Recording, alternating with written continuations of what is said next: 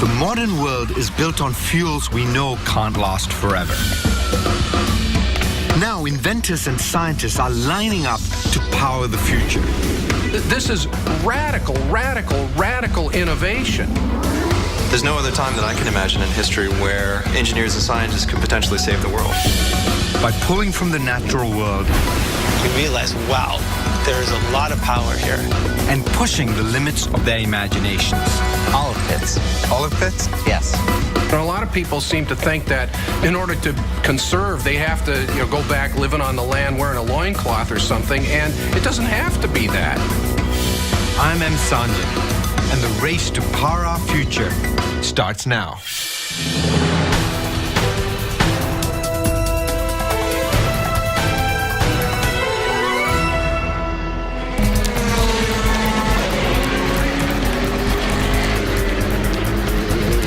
Energy makes the world go round. It has since the beginning of time. But today, the ways we power our world are changing. Here at the American Le Mans Green Challenge in Monterey, California, some of the world's top drivers and most sophisticated cars are competing. But this isn't your typical race, and these aren't your typical cars. In fact, what's happening here is nothing short of a revolution. For 100 years, we've been driving around on fossil fuels, on the track and on our highways. But at the rate we're burning through them, it's only a matter of time before we run out. The Energy Challenge is about finding alternative ways to power our vehicles, to keep up with, and maybe even defeat the reigning champ. You can actually win and you can compete on an alternative. Gasoline is not the be-all and end-all. Start your engine. This is a race we're all in. A race to determine our energy future. It is a challenge unlike anything we've faced before. And it's all about finding new ways to do one very important thing. Work. There's always been a lot of it to do. Back in the old days, we had to do it all ourselves. Then, we figured out animals could do some of it for us. We've harnessed the power of rivers and the wind.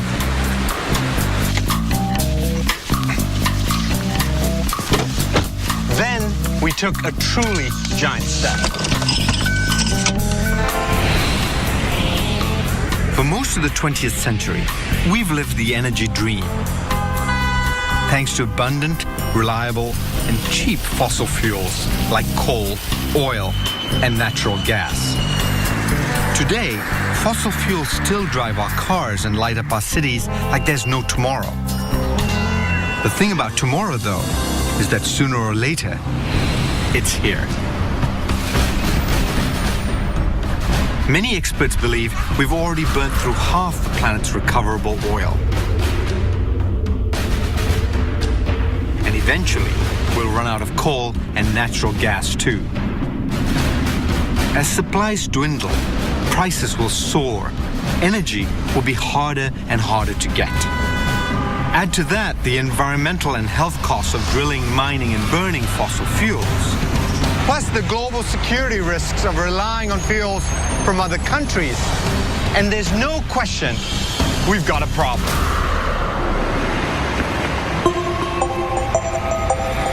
It'd be nice if the problem had an easy solution. One that didn't force us to sacrifice too much of our high-octane lifestyle. We all wish there were a single fix that would allow us to continue powering our machines. And there's no shortage of ideas for an energy silver bullet. In Japan, scientists want to put solar panels in a place where the sun always shines, outer space. Beaming power down from a 2-square-mile array in space could provide electricity for more than 250,000 homes. Australia is looking to grind its way down to the Earth's crust, where an unlimited source of geothermal energy is waiting to be tapped. In New York City, they're taking advantage of the East River tides by installing underwater turbines with the potential to power more than 1,000 homes. But the problem with most of these technologies is that they're still being developed, or may only supply a fraction of our energy needs. To provide all the power we would ever need without using fossil fuels, well, that's not so easy. Just ask anyone at the National Ignition Facility in Central California, where they're working on the ultimate silver bullet, a technology that's been on the drawing board for the last 50 years. Nuclear fusion. Fusion is actually the ultimate form of solar power because it makes energy the exact same way the sun does. Our sun is 1,000,000 times the size of Earth. Its immense gravity smashes hydrogen atoms together with such force that they fuse, releasing enormous amounts of energy as heat. If we could harness all the energy the sun makes in 1 minute, we could power the whole world for more than 1,000,000 years. That's impossible, but we may have another option: building our own miniature sun here on Earth.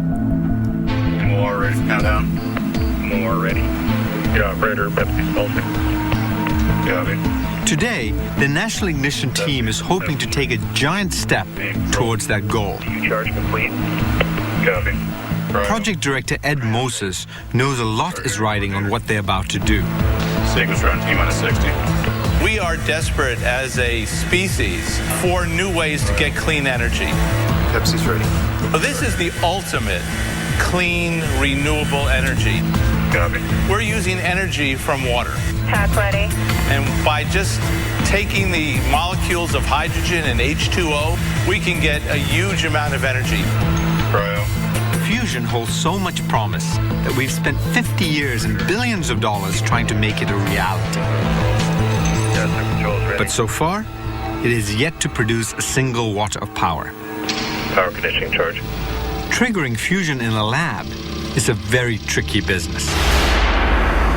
This multi-billion-dollar machine is made of 192 lasers, the most powerful lasers on Earth. To create the heat and pressure found inside the sun, the lasers have to strike a hydrogen-filled capsule the size of a pea.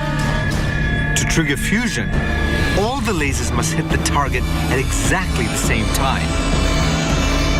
A direct hit, hydrogen atoms fuse, and you have clean, limitless energy forever. Yeah, operator, Pepsi's pulsing. Copy. Today, after 10 years of tireless work, the fusion team is finally ready to take on what's probably the hardest part of the whole process. Let's get ready here. Hitting the bullseye. All right. If these tests work, we are one step closer to fusion. System shut countdown state. Use charging. Copy. Inside the chamber is a blank. Shot ready. No fuel. Shot director ready. But it will be a perfect test target. Starting system shut sequence on my mark. 3, 2, 1. Sure what we're flying. Bring up the polar thing. Oh, there's the picture we want to see. Yeah. If you look right here, 284.9 terawatts. Marvelous. For the team, it's a momentous breakthrough. Miraculous shot. Now that they know they can hit the target, the next step is to fuel the capsule. Then, at least in theory, they could be moments from fusion. Every day we're getting more and more data. Hopefully in the next year and a half we'll show that it could actually be real. This is what it's going to take to solve our energy problems. Hundreds, thousands of attempts made by hundreds, thousands of people until one day, maybe, they hit pay dirt. In the next 40 years, there's going to be 3 billion people more on Earth. More people that live in China and India and Southeast Asia are going to be here with us. If we don't find a way through this, things are going to get very uncomfortable. What are we going to do? The answer may turn out to be fusion or some other silver bullet. Or it may not be a silver bullet at all.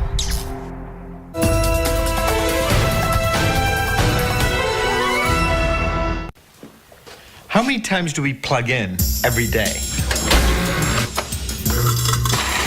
How many times do we flick a switch, turn a key, click a remote, punch in a phone number? And what would life be like if we couldn't?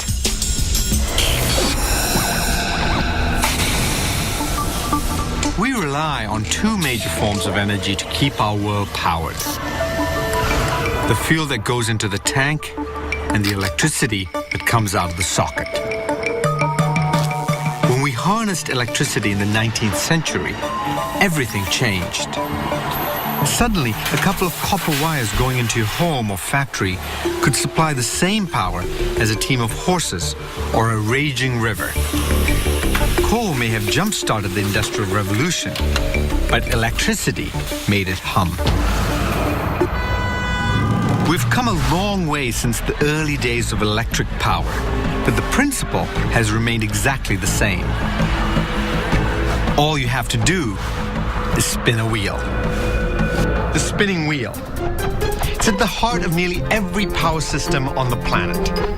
Take a magnet, spin it inside a coil of wire to free up some electrons, and now you have a generator.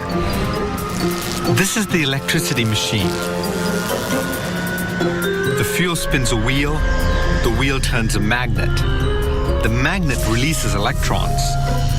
And presto, everything you need to power a slew of modern appliances. The process is pretty much the same no matter what fuel you use to turn the wheel.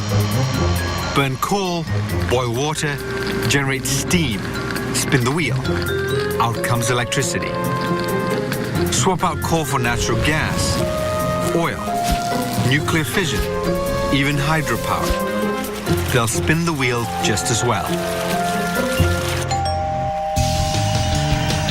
Whatever the source, all we care about is that the power eventually finds its way into our homes and workplaces. To get there, it has to travel over hundreds or even thousands of miles of power lines through a network we call the grid.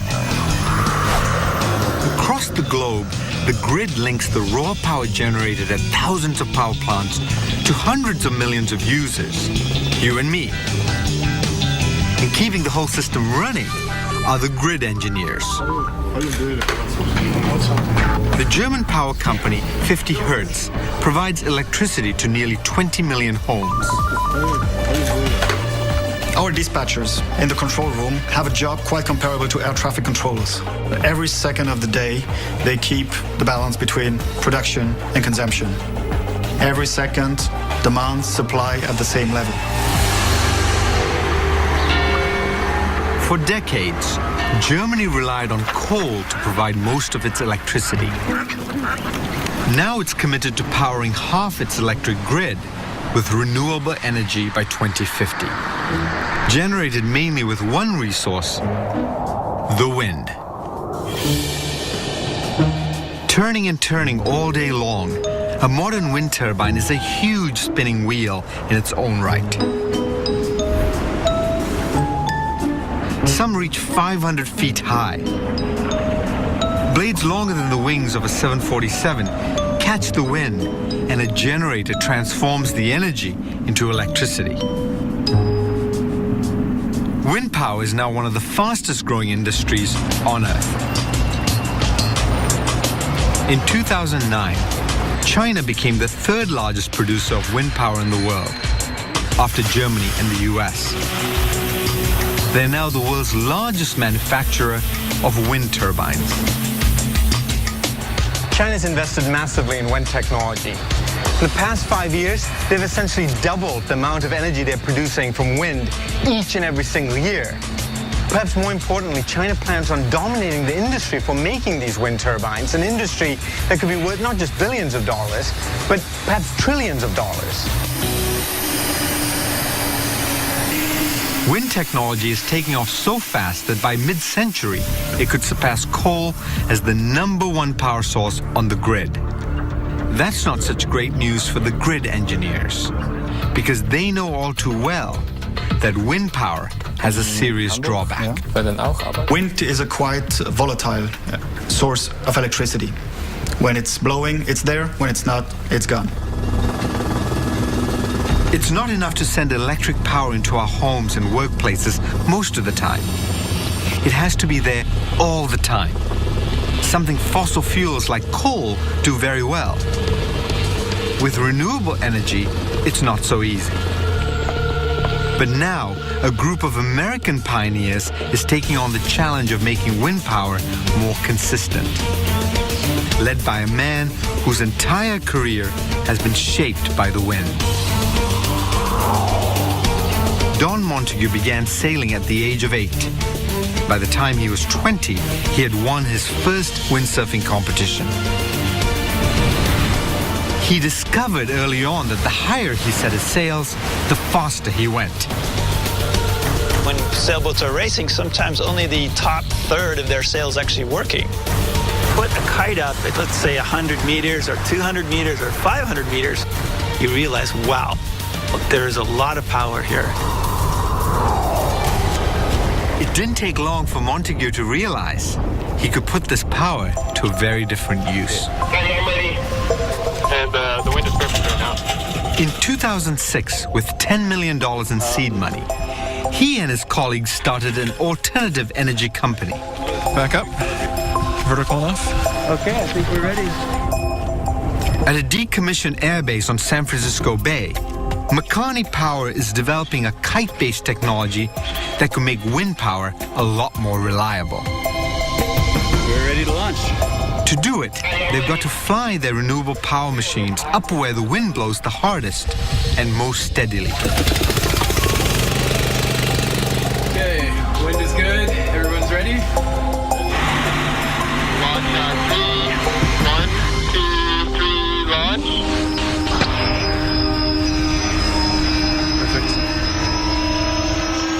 What looks like a model airplane is actually a kite, essentially a wing with a long tether attached. For takeoff, the propellers act like they do on a normal plane. But once the kite reaches altitude, the propellers start to work like generators. They convert wind energy into electricity and feed it down to the base station via the tether. Could you extract all the power that you need from wind and power all of humanity? The answer is yes, you certainly could. No problem at all. Just not yet. Makani's kite flies like a dream. It can generate power for a half a dozen homes. But in order to deliver energy consistently, they need a kite that can fly itself. Not just for hours at a time, but for weeks, even years. No one's ever done it, and they're struggling. It looked like it wasn't even. It's really a controls problem, and fundamentally, that's where all the innovation needs to happen. We envision completely autonomously launching and landing these systems, so they can be deployed and recovered, completely computer controlled. If they can jump this hurdle, Makani's high-altitude kites will be able to reach into the sky and pull down a source of energy far more powerful than anything a regular wind turbine can tap. But powerful as it is, wind isn't the only game in town. There's another, even more impressive source of energy out there, if we can just find a way to hold on to it.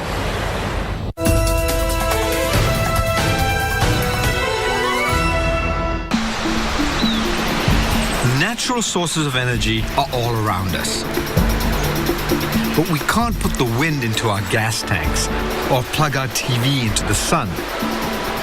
We have to convert renewable energy into a form we can use. Of all the energy we find in the natural world, by far the most powerful is the sun. And there's more than one way to harness it.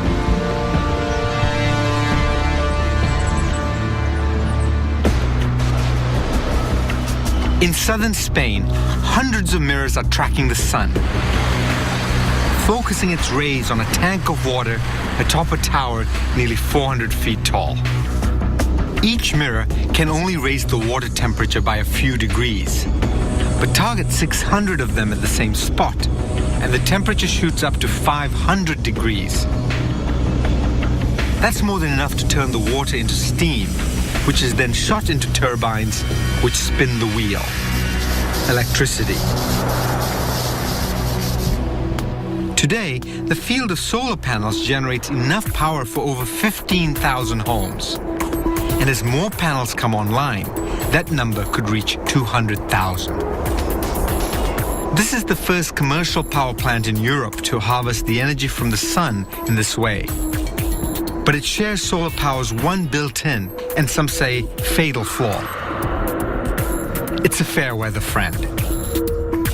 When the sun shines, we're good to go. But when it's gone, so goes our energy. Not really the most stable way to keep our civilization running.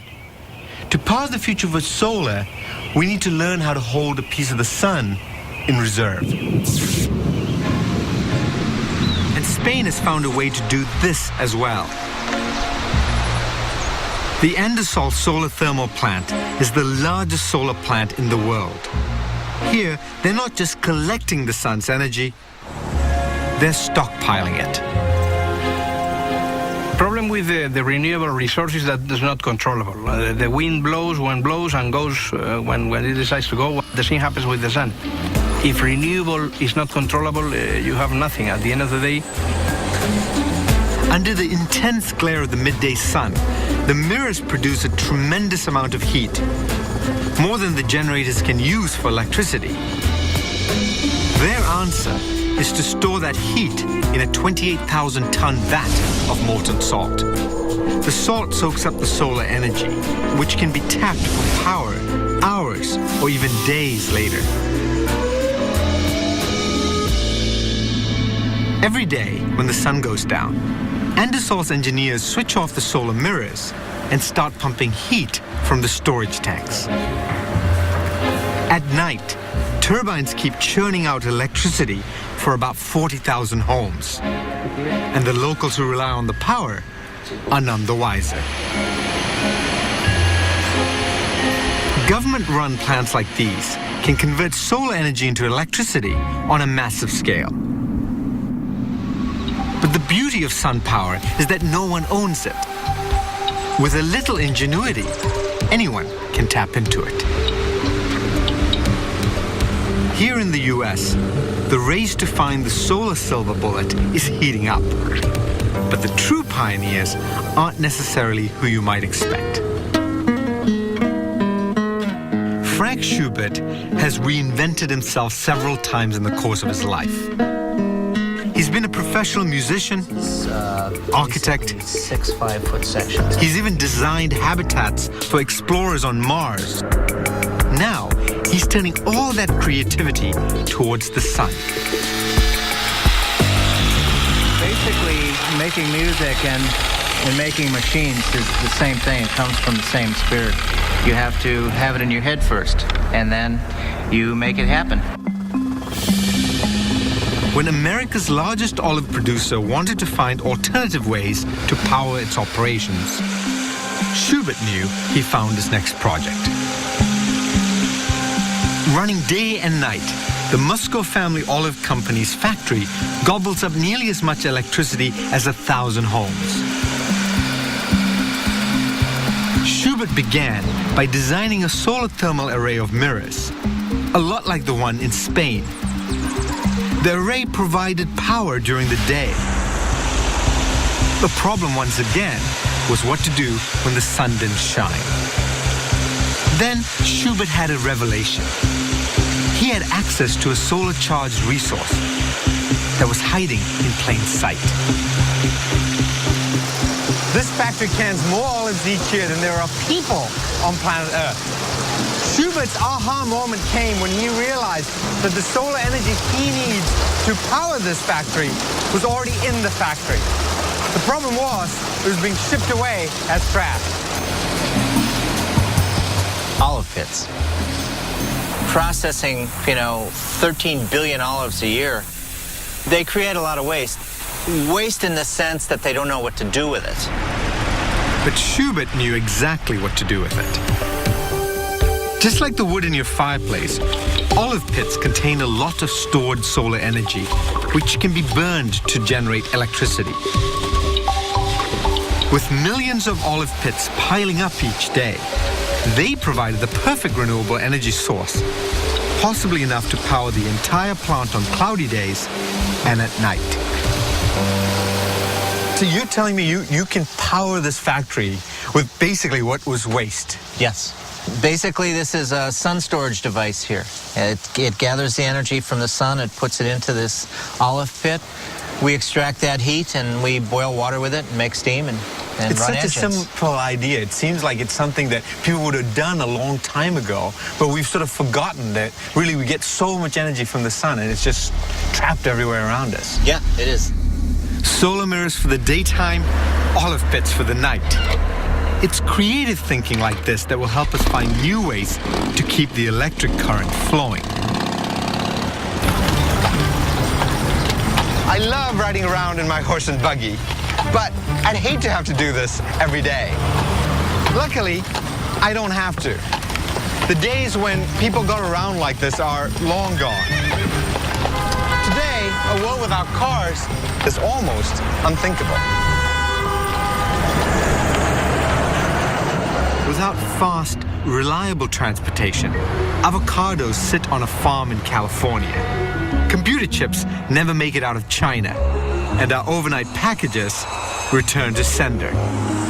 From motorcycles to tractor trailers to cargo ships, it all depends on the internal combustion engine, which in turn depends on, you guessed it, fossil fuels like gasoline.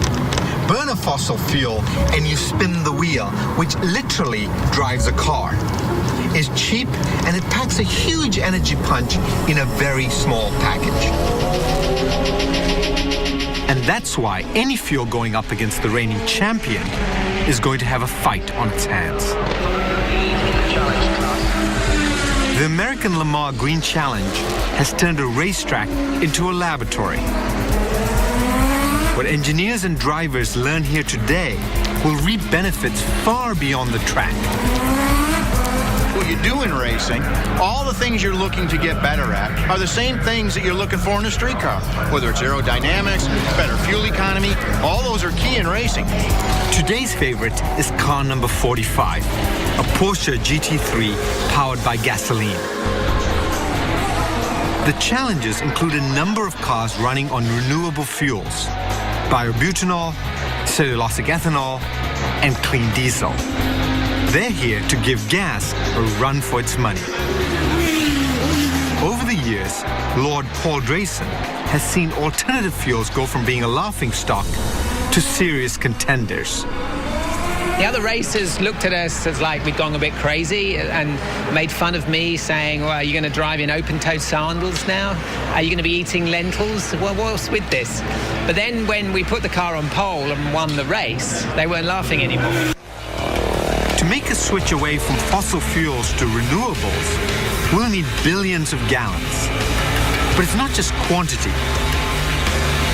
We need a fuel to rival the massive punch of gas. For Oliver Gavin's Corvette, cellulosic ethanol has meant better performance all season, resulting in more wins. It's an alternative. It means that you can run a race car and win in a race car on a different form of fuel. You don't have to be running with gasoline. Unlike the corn-based ethanol we've all heard of, Gavin's fuel starts its life in the forest as wood waste. Instead of burning it, the waste is converted into ethanol. In a grueling 4-hour endurance race like the Green Challenge, sheer power alone won't always win the day. Fuel economy will be a key factor. The guy who's going to win that race isn't necessarily the fastest car.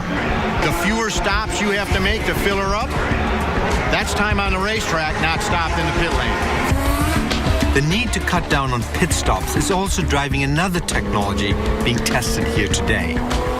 A car not with one engine, but two. A hybrid. Hybrids combine a standard internal combustion engine with an electric motor powered by a battery. Better fuel economy could save the hybrid 2 pit stops. And the power boost from the battery makes the car a little quicker coming out of the turns. 4 hours into the race, the gas-powered Porsche is leading the pack as expected. But surprisingly, a biofuel-powered Corvette is still very much in the hunt. And the hybrid is holding its own. It may be the power from the hybrid's batteries that's making the difference. Today, batteries power a lot of things. MP3 players, cell phones, and cars. In theory, batteries could eliminate one of renewable energy's most persistent stumbling blocks: storage. The battery we're all familiar with is basically a device that converts chemical energy into electricity. All it has to do is store energy so it can be discharged later. The battery doesn't care if the energy originally came from coal or nuclear, wind, or the sun. Here at MIT, Don Sadoway runs a lab whose sole purpose is to reinvent the battery. If he has his way, one day there may be batteries storing enough renewable energy to power our houses and even entire towns. If we had proper, cheap, scalable storage, then that would make people turn to wind and solar not as supplemental, but as the primary source of electricity. Storing renewable energy in batteries sounds pretty straightforward. If one battery can hold a little, then many should hold a lot. Unfortunately, it's not that simple. Here's where we are now, and that's where we want to be. So this is the concept of scalability, and the way not to do it is to put 100,000 of these and string them together like a bunch of Christmas tree lights. We have to think very, very differently about batteries. Putting 1,000 car batteries in your basement would be way too expensive. A single giant battery might work if we could just figure out how to build one. The batteries we're most familiar with have 2 solid metal ends, positive and negative electrodes. They're connected by an acid that conducts the electricity. Sadoway realized that he could design a much larger battery using liquids with molten metal as the electrodes and a molten salt to conduct the electricity. These liquid materials, kept at a temperature of more than 1200 degrees Fahrenheit, could quickly absorb and retain an enormous amount of energy at 1/3 the cost of today's most powerful batteries. The only way that the battery wins is to be cheap, cheap, cheap. Once they're perfected, a bank of liquid batteries could power all of New York City with nothing but the wind and solar energy to charge them. Put one in every town, and our power storage problems could be over. Sadoway's mega battery is just one of many big ideas designed to transform our entire energy system with one game-changing invention. But for some of today's renewable energy pioneers, small is beautiful. They believe in the power of change that individuals can start making right now.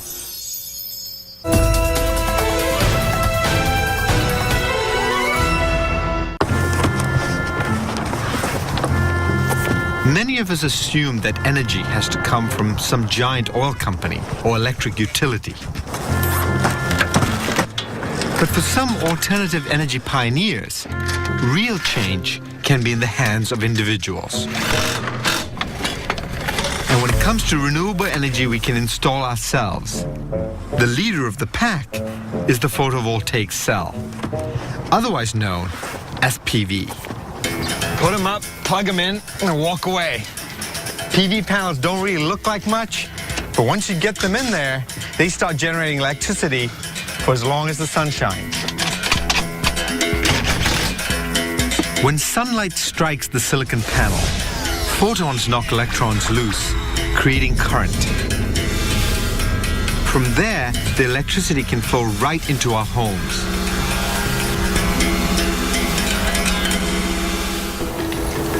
For years, solar panels came in only one flavor: black rectangles that you mounted on your roof.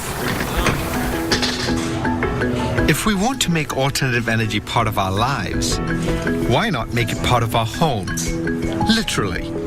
With the invention of flexible PV cells, architect Sheila Kennedy says it's time to do just that. We can't continue to think about solar panels as a piece of kind of quote-unquote infrastructure. We believe in playing with materials. The point will be on the inside. The new photovoltaic materials can be built right into our clothes, curtains, even bedspreads. They call this a soft house. What we have here is a soft house curtain, and it's a two-sided curtain. On the one side, you have photovoltaics that are integrated into the textile, and on the other, you have high-brightness LEDs. Inside each curtain, a small battery holds the solar charge until the power is needed. Operating the system is about as tough as using an MP3 player. The electricity it generates won't power the whole house, but it will go part way. The soft house curtain in general looks at taking, I think, a portion of the energy that you consume as a homeowner out of the grid. Taking a load off the grid means fewer power lines, less energy, and less development. The soft house is also about private citizens doing something now to change the way they use energy. The same reasoning behind Caltech chemist Nate Lewis's new solar project. In this lab, Except he's doing away with the photovoltaic cells altogether and replacing them with a fresh coat of paint. on your roof. Solar paint.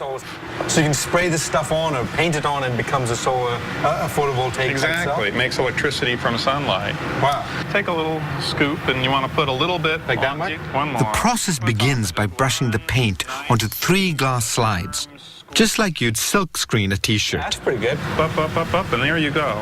Pick one up. Yeah, you hold it up to the light. A chemical in this paint absorbs sunlight. Absolutely. We're gonna now Right. dye it and make it colored so it'll absorb sunlight. Wow. Paint it on your roof, shine sunlight on it, and You've now harnessed the energy of the sun in a system that you made with your own 2 hands on your rooftop. when sunlight hits the solar paint, it releases a flow of electrons. Add some wires, hook it up to your circuit box, and there you have it, electricity. Do you really think that in our lifetimes we'll be able to go to a store and just buy a couple of buckets of solar paint and come home and slap it on and start producing electricity? Yeah, I think actually we'll figure out how to do that. We already know how to do that. Yeah. It's just that we have to make it cheap and last and stable at the same time. And cheap and stable. Be able to do that. Not words you typically associate with renewables. But back in Germany, they're hoping to change that. People tend to use a lot less power at night. If grid engineers can sock away the energy wind turbines generate during non-peak hours, they can tap into it during the day when it's needed the most. Martin Reinhardt is one of 50 Berlin commuters who've signed up for a unique pilot program to see if electric cars can soak up all that wasted power.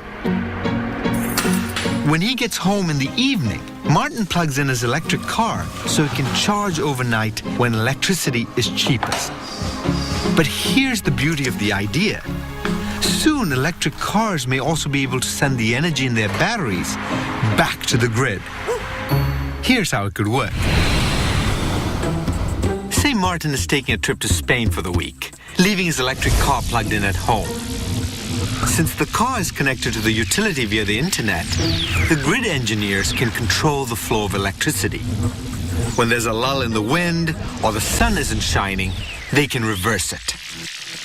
Now, instead of the grid charging Martin's car, His car is charging the grid, providing temporary power for up to 20 homes. And Martin also gets to charge the utility company for the energy he's giving back. What happened while Martin was in Spain can happen every night.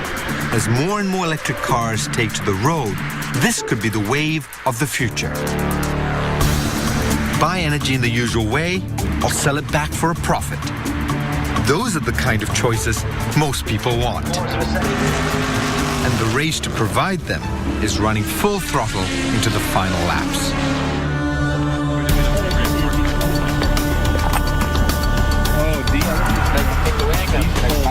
In San Francisco, the Makani wind power team has been struggling.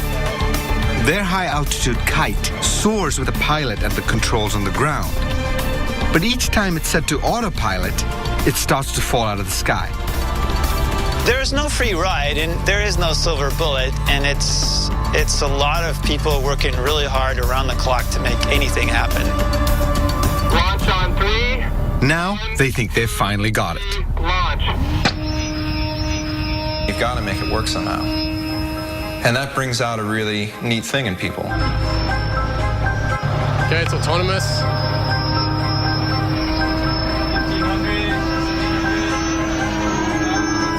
After years of planning and countless hours of tweaking the design and construction, their new kite is flying on its own. Nicely done. We have a huge problem, and it's not a problem where we need to go out and get the bad guys or something like that. It's a problem of we need to understand how to make energy in a more effective way. And so it's a wonderful problem. This is where it gets magic. These guys are going to really put on a show now. At the Lamar Green Challenge, the problem facing the Corvette is that it's now in second place. More to go, guys, and they're not going to give up yet. Watch for the outside pass. He's going to go for it here, I think. Oh, look at the renewable-fueled car is giving its rival the run of its life, but can't quite take the lead from the gasoline-powered Porsche. This is a battle royale. The Corvette uses every trick in the book to find a way around, but nothing is working. To the wind will do anything to take this victory. Gasoline isn't going down without a fight. Wow. This is it, the last lap. Last lap. If the Corvette is going to make a move, it has to be now. He's got to make it happen right now. It is intense, and it's going to try the exit. The Challenger attempts a desperate pass down the inside straightaway. Bergmeister drives into the wall, down the front straightaway, rubbing into the and he crashes it big. Oh, they're not going to like that one. Boy, oh boy, that was a big hit. It's an ugly finish to a long, tough race. Gasoline wins the day, as it always has. But for those who brought renewable fuels to the track, second place is a win. Proof they're getting closer. And no one can say who will go home with the trophy next year. We're in a race against the clock. We've been getting most of our energy from one source for over a century.